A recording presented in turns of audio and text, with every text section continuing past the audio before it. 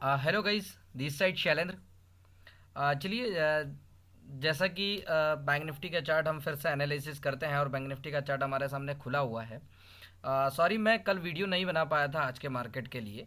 मैं किसी कारणवश नहीं बना पाया, मगर मैं अब फ्राइडे के मार्केट के लिए आज वीडियो बना रहा हूँ, तो आप देख सकते हैं। ठीक है। और आज का भी हमने किस तरह का ट्रेड, किस तरह से देखा, मार्केट क्या था आज का, वो भी हम थोड़ा सा एक शेयर करेंगे। ठीक है। चलिए, सबसे पहले देखते हैं हमारा जो मार्केट ओपन हुआ था वो लगभग 700 750 बैंक निफ्टी 35,760 770 के आसपास ओपन हुई थी। और रेगुलर ये लगभग 11 बजे, 1 घंटे, एक सवा 1 घंटे, 1.5 घंटे के बाद इसने जो मूवमेंट दिया, अप मूव, बहुत शार्प मूव दिया था। और आप देख सकते हैं कि जो कैंडल्स रेगुलर, ये 5-5 मिनट की कैंडल यहाँ पर आप देख रहे हैं, यहाँ पर आपको दिख रहा होगा, ये वाली कैंडल रेगुलर यहाँ पर 11 बज के 5 मिनट तक, 10:30 बजे तक एक अच्छा मूव मार्केट में रहा।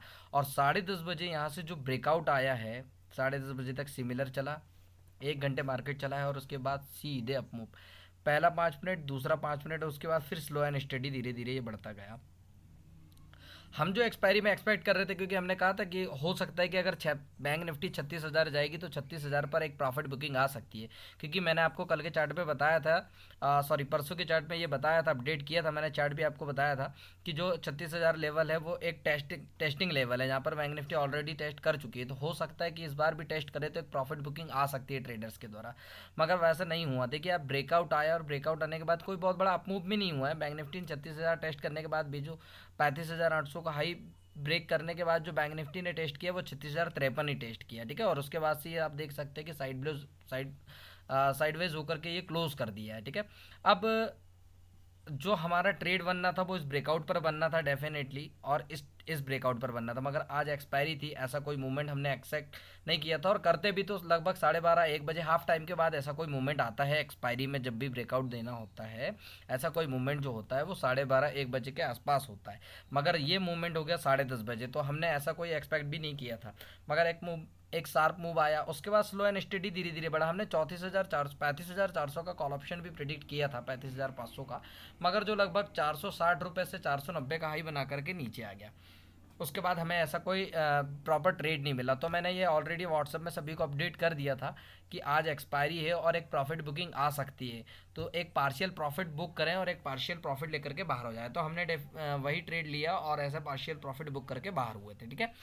अब जो मार्केट क्लोज हुआ है वो 36,000 की क्लोजिंग दिया है। ठीक है। अगर मार्केट में प्रॉफिट बुकिंग आनी होती तो आज भी एक प्रॉफिट बुकिंग मार्केट में देखने को हमें मिल जाती, जिससे मार्केट शार्प डाउन नीचे साइड आ सकता था, मगर वो नीचे नहीं आया। ठीक है। अभी जो मार्केट है एक प्रॉपर उसी रेंज पर बंद हुआ है, क्लोजिंग हायर हाई पर उसने, मतलब हाई साइड पर एक क्लोजिंग दिया है 36,000 पर। ठीक है।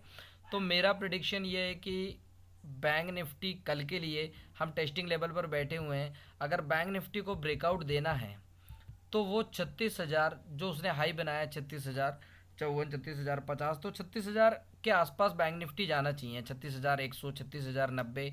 इस ब्रेकआउट पर अगर वो जाता है तो डेफिनेटली हम यहाँ से 100 से 200 पॉइंट या 300 पॉइंट एक्सपेक्ट कर सकते हैं कि हमारा बैंक निफ्टी 36,300 तक जा सकता है, 36,200 तक जा सकता है, 200 से 300 पॉइंट का मूवमेंट अपसाइड पर हो सकता है। मगर उसके लिए बैंक निफ्टी को आज के हाई को ब्रेक करना होगा और ब्रेक करके अपसाइड पर निकलना होगा। अगर ऐसा कुछ होता है तो डेफिनेटली कल मैं कॉल ऑप्शन पर आपको एक बढ़िया सा ट्रेड दूंगा और हम ऊपर अपसाइड पे ट्रेड करेंगे। हाँ, अगर अगर किसी भी प्रकार के प्रॉफिट बुकिंग आती है और अगर हमें पुट ऑप्शन पे भी ट्रेड करना हो तो हम यहाँ से क्लोजिंग से ट्रेड नहीं करेंगे। अगर हमें पुट ऑप्शन पे ट्रेड करना होगा तो हम लगभग 35,800 के लेवल को ब्रेक होने देंगे। ठीक है। क्योंकि हो सकता है कि ये यहाँ पर इसी रेंज में थोड़ा सा सस्टेन कर जाए। ऐसा भी हो सकता है कि कल अप मूव ना आए, मंडे के दिन भी अप मूव आ सकता है, 1-2 दिन, 2-3 दिन यहाँ पे सस्टेन कर सकता है इसी रेंज पर, मतलब 36,000 से 36,900 के बीच में, 35,900 से 36,000 के बीच की रेंज में सस्टेन करे और उसके बाद यहाँ पर ब्रेकआउट दे सकता है, ऐसा भी हो सकता है। लेकिन ये चीज़ मैं आपको यहाँ पे क्लियर कर देता हूँ, इस रेंज पे वो यहाँ पर साइडवेज हो सकता है और उसके बाद यहाँ से फिर एक अप मूव देगा, अगर उसे देना होगा तो। या फिर हो सकता है कि वो कल ही इस तरह का अप मूव यहाँ पर दे दे, और हो सकता है कि कल यहाँ पर एक अप मूव इसी साइड पर वो कल भी दे सकता है। ठीक है। तो अब सबसे पहले बात ये आती है कि मैंने आपको बता दिया कि अगर हमें अपसाइड पर ट्रेड करना होगा तो अपसाइड पर जो ट्रेड हम लेंगे वो ब्रेकआउट होने का वेट करेंगे, ठीक है। कल मैं आपको व्हाट्सअप में या टेलीग्राम पे भी एक बार अपडेट कर दूंगा। तो मैं आपको बता रहा हूँ कि 36,070 36,090 का लेवल अगर बैंक निफ्टी ब्रेक करती है तो डेफिनेटली आप कॉल ऑप्शन पर ट्रेड करिएगा, जिसमें हमें 100-200 पॉइंट की एक्सपेक्टेशन रहेगी और वो हमें मिल सकता है। और अगर हम पुट ऑप्शन पर ट्रेड करेंगे तो कल किसी भी प्रकार के पुट ऑप्शन पर ट्रेड करने के लिए जब तक बैंक निफ्टी 35,800 35,750 के लेवल ब्रेक ना करे तब तक आप डाउन साइड पर ट्रेड ना करें। 35,800 35,700 के ब्रेक करने के बाद हम पुट ऑप्शन की ओर ट्रेड देखेंगे। ओके, तो गाइज ये था मेरा कल के लिए प्रिडिक्शन। अगर आप मेरे इस वीडियो से कुछ चीज़ें सीख रहे हैं, समझ रहे हैं और आपको आप उस एनालिसिस से आपको प्रॉफिट हो रहा है तो प्लीज़ मेरे वीडियोस को शेयर करिए, मेरे चैनल को सब्सक्राइब करें, प्लस लाइक करें और कमेंट करके ज़रूर बताएं कि किसी भी प्रकार का अगर आप उससे प्रॉफिट कर पा रहे हैं तो किस तरह का ये प्रिडिक्शन है, ठीक है गाइज। चलिए, थैंक यू।